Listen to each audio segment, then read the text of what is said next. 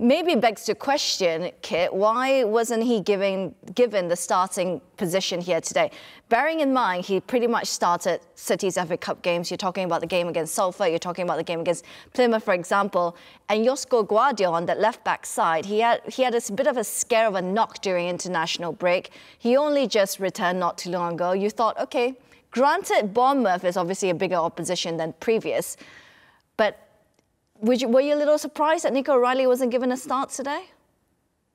No, not with Guardiola's quality. He's very durable. I mean, the only thing I will say, quite often, I've watched quite a lot of Man City this year, and he's often been their highest player. You know, when they're building from left back, he's quite often the most forward player. But first half today, he didn't get forward once.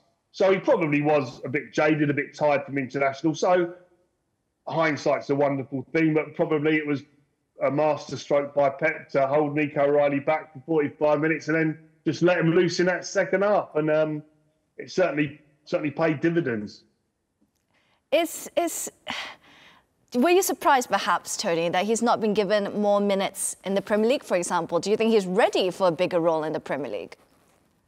Listen, Michelle, we can debate that all day. I think Pep is... the stardust has come back for Pep today.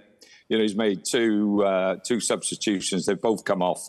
I think Pep will understand the players better than what we will. I think there'll be a lot of people out there who would say, let's give the kids a chance. You know, Man City, along with 3 or 4 other clubs in the Premier League, spend absolute fortunes on their younger players. And there is an argument that sometimes they just don't give them the opportunity and the chance.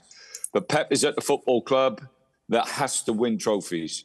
You know, it's not a development club at the top level. So they have to be so good and they have to be better than what they've got, what the senior players have got. You know, there's no justification of playing them other than they are the best players in the club in their position. So, you know, you've got to give them the opportunity and the chance to show they can do it. Do they get that opportunity and chance sometimes?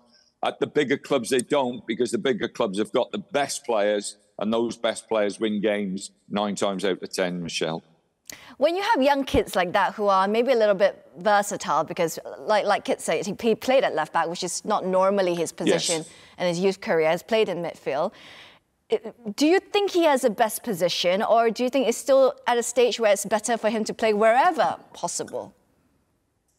Well, looking at him today, he's very, very athletic. He's a big lad. He's very athletic. It'd be nice to see, you know, we've seen him today really have a free run at it. We haven't, even Semenyo went over there for a bit, but didn't do a lot against him. It'd be nice to see him play against someone who's an out-and-out wide player, who can actually beat players, move or beat fullbacks and move fullbacks around and see what his positional play was like then. But, you know, just judging him on today, he's come on and he's made a great difference down that left-hand side. Obviously, he provides the first goal, but everything else he's done was absolutely first class. And, you know, he deserves a lot of credit. Kit, would you, from a coach's perspective, would you put him as a fullback or would you put him in midfield, you feel? No, I think he'll end up being a midfielder who's versatile and can play at fullback. As we saw, both teams, their right backs starting the game were midfield players fitting in at fullback.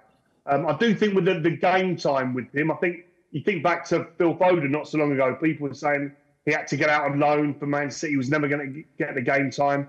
Pep kept him at the club, kept sort of slowly, gradually increasing his minutes. And I think they looked after him in the right way. So I think the young players at City, like Nico O'Reilly, for example, will look at Phil Foden's situation, how he was treated and how he did get his opportunity. And obviously he got Player of the Year last year and plenty of game time. So I think they'll look at that and trust in their manager that when they're ready, they'll get the game time. And also, we've already spoke about a big potential turnover of players this summer. So I don't think Nico O'Reilly will be in any rush to go anywhere soon. Yeah, he could have more opportunities next season as well when there will be a couple of outgoings predicted in the summer anyways.